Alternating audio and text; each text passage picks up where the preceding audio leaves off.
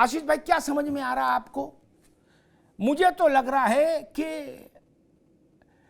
मिलके लड़ने लायक लक्षण तो नहीं। दिल को बहलाने के लिए गाली बेख्याल अच्छा है कि एकता है और अखंडता है, लेकिन लक्षण तो ठीक नहीं भाई।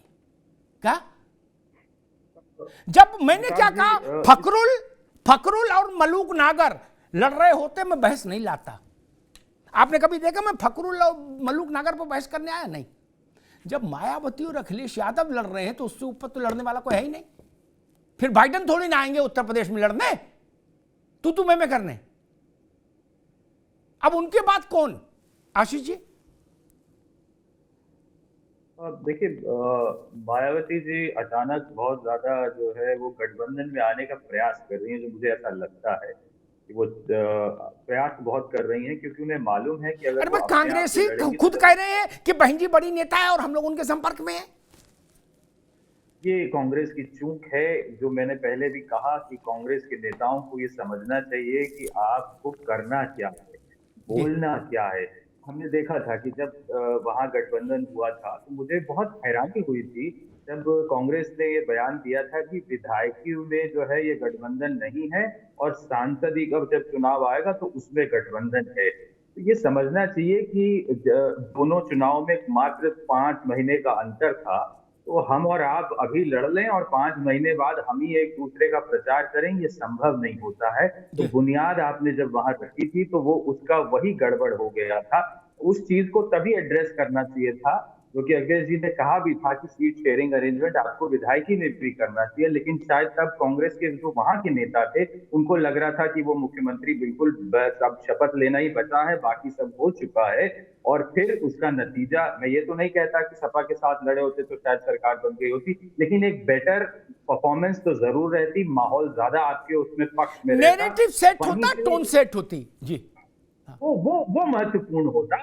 जी सीटें शायद उतनी फिर भी बहुत ज्यादा अंतर ना होता, लेकिन यहाँ एक नैरेटिव बिल्कुल सेट होता और यहाँ के लिए सेट होता। बड़ा नैरेटिव जो आप देना चाह रहे थे, जो मैसेज देना चाह रहे थे गठबंधन का, वो बिगड़ता जा रहा है। फिर ये नासमझी वाले बयान जो यहाँ से उत्तर प्रदेश के कांग्रेस के चेहरों ने दे दिए कि हम उनसे पक्ष में हैं, ये वैसे नेता हैं, तो उससे भी कांग्रेस को नुकसान हो रहा है। और कांग्रेस को ये समझना चाहिए कि उत्तर प्रदेश के अंदर कांग्रेस कहाँ खड़ी है और सपा कहाँ खड़ी है। आप राष्ट्रीय लेवल पे बड़ी पार्टी है, लेकिन सबसे महत्वपूर्ण प्रदेश तो उत्तर प्रदेश से है। और अगर वहां आप किस वजूद में और आपको किसके साथ दोस्ती करनी है, तो आपको ये तो समझना चाहिए, इतनी राजनीतिक समझ तो होनी चाहिए कि क्या करना है और उसी हिसाब से बोलना है और आचरण भी वैसा होना चाहिए। तो एक मैसेज जो पॉजिटिव आप देना चाह रहे थे जी पब्लिक को, निश्चित रूप से उस पर असर पड़ रहा है इन सब चीजों का, इसमें कोई दो राय नहीं है।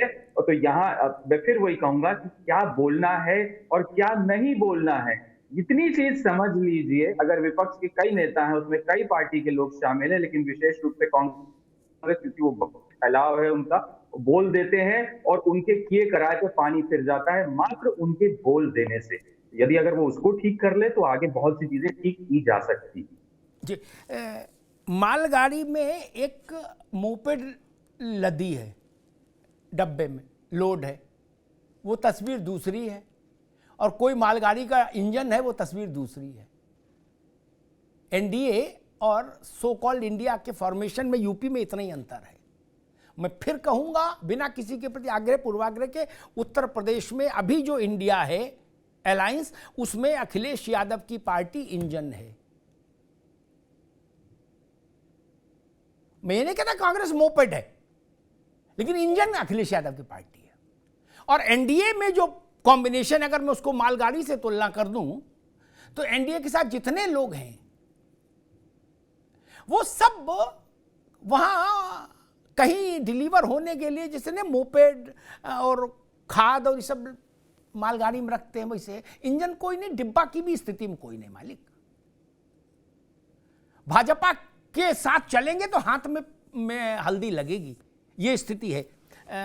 प्रशांत पटेल जी, कांग्रेस ने राम जन्मभूमि पर जो मंदिर बन रहा है उसके लोकार्पण की तिथि नजदीक आते आते इतनी हिम्मत तो कर ली कि अविनाश पांडे से कहला दिया कि भाई हम पूनिया जी और प्रमोद तिवारी और अजय राय, चारों लोग सूर्य के उत्तरायण में आते ही सरयू में स्नान ध्यान करके हनुमानगढ़ी और रामलला जाएंगे। यहां तक तो मामला आ गया। जी बिल्कुल जाना चाहिए, उसमें जाने में कोई रोक नहीं है, पहले भी कोई रोक नहीं थी, पहले भी जी। जा सकते थे, अभी भी जाएंगे, 14-15 तारीख को भी जाएंगे तभी कोई समस्या नहीं, 22 के बाद भी जाएंगे तभी कोई समस्या नहीं है।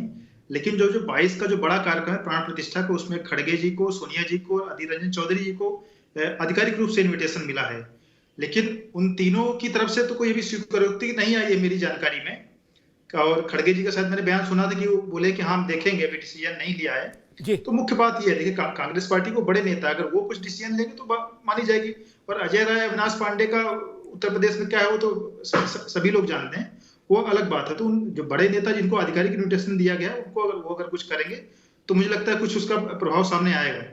और जैसे दारा सिकोह जी भी कह रहे थे कि अखिलेश जी की बात जो है, अखिलेश जी के कंट्रोल में इनके नेता नहीं है, और अब ये कंट्रोल में नहीं है या वही कहलवाते हैं। अब फखरुल हसन चांद जी अगर कुछ कहते हैं तो या अखिलेश जी की इच्छा के बगैर कहते हैं या अखिलेश जी उनके मुंह से कहलवा रहे हैं। ऐसे इनके एक प्रवक्ता कहते हैं कि भाई ठाकुर और ब्राह्मण टीबी हैं, एक राष्ट्रीय चैनल पे बैठ करके, उसमें साथ एक भी और बनिया समाज को भी जोड़ देते हैं कि टीबीबी। तो भाई अगर समाजवादी पार्टी की अगर इस तरह की नीति है, विचारधारा है, तो मुझे तो नहीं लगता कि भगवानी भरोसे आज के समय में कौन मेन स्ट्रीम की पार्टी बड़ा राजनेता ठाकुर और ब्राह्मण समाज को इस तरह के उसको बीमारी से तुलना करके रह सकता है। एक स्वामी प्रसाद मौर्य ही कम थे जो पहले राम मंदिर और रामचरितमानस के पीछे पड़े थे, अब तो सीधे सीधे पूरे समाजी ठाकुर ब्राह्मण समाज को लपेट लिए। और ये भी भूल जाते हैं भाई अखिलेश जी की आदरणीय पत्नी जी भी ठाकुर समाज से हैं, और मुलायम सिंह जी के दूसरे पुत्र उनकी पत्नी भी ठाकुर समाज से, ठाकुर समाज से। हाँ, तो ये पता नहीं किस हिसाब से समाजवादी पार्टी चल रही है, फिर कहते हैं कि ये महक हो जाती है, ये हो जाता है, वो हो जाता है। तो भगवान भरोसे है, बाकी ठीक है उनकी अगर नीति है। मुझे नहीं लगता कि बिना अखिलेश जी की अनुमति से कोई समाजवादी पार्टी का नेता है, उनका प्रवक्ता बोल सकता है, इतने तो मुझे नहीं लगता कि वहां पे कोई ध्रुव है। सत्ता का एक ही केंद्र है समाजवादी पार्टी में, तो निश्चित तौर पर उनको स्पष्ट करना चाहिए। अगर नहीं स्पष्ट करते हैं तो माना जाएगा कि अखिलेश जी का ही वो बयान है। नावेश जी को एक बेसिक सवाल, क्योंकि ये बात बार बार आती है और कांग्रेस के मित्र या दूसरे लोग इसको उठाते हैं कि वह राजभर ने यह कहा था, निषाद ने वो बोला था। क्या अखिलेश बसपा और सपा को इक्वेट किया जा सकता है किसी भी स्थिति में राजभर से या निषाद की पार्टी से, और वो भी भाजपा जैसे बड़े संगठन में? क्या आपको लगता है कि वो कहीं से डिसाइसिव है राजभर या क्या नाम दूसरे का, निषाद, या वो टोटल इस पर है कि भैया ठीक है बतासा दे दो तो कृपा, बूंदी दे दो तो कृपा, चूरा दे दो तो कृपा, लड्डू दे दो तो बड़े भाग?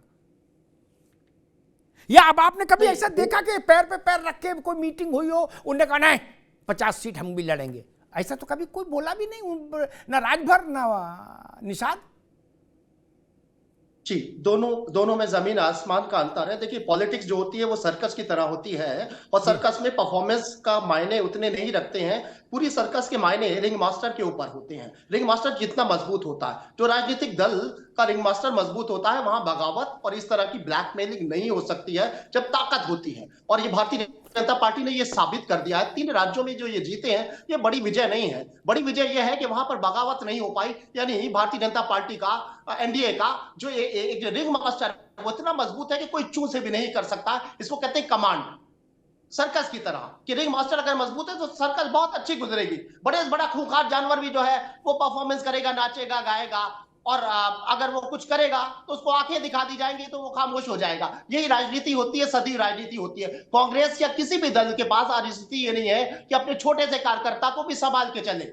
आज राजभर और निषाद कोई बहुत ज्यादा डिमांड नहीं कर सकते हैं, बिल्कुल सही कह रहे हैं, लेकिन यहां पर अखिलेश यादव को कांग्रेस नहीं संभाल सकती है और कांग्रेस को बसपा नहीं संभाल, ये सारे घटक दल जिनको अब ये एक उम्मीद जगाई है। बिलाल भाई ने जो सत्ता परिवर्तन की हसरत रखते हैं, उनको एक उम्मीद फिर जताई आज के तूतू मैमे के बाद कि नहीं, सब एक साथ आ सकते हैं, यानी बसपा सपा कांग्रेस सब एक आ सकते हैं, कुछ भी हो सकता है। जब उन्होंने जो तुलना की, तो चलिए ठीक है, इस उम्मीद के साथ में लोग कैसे, लेकिन इस उम्मीद पर विश्वास करें, यकीन करें, क्योंकि हर 2 घंटे के बाद इस तरह के बयान आ रहे हैं। देखिए मायावती जी, ये लोग कह रहे थे कि अंतिम समय में आ सकती थी, आचार संहिता से पहले, अपने जन्मदिन के पहले से, लेकिन अब वो इसलिए नहीं आएंगी क्योंकि अखिलेश यादव ने इस बात को खुले तौर से कह दिया है।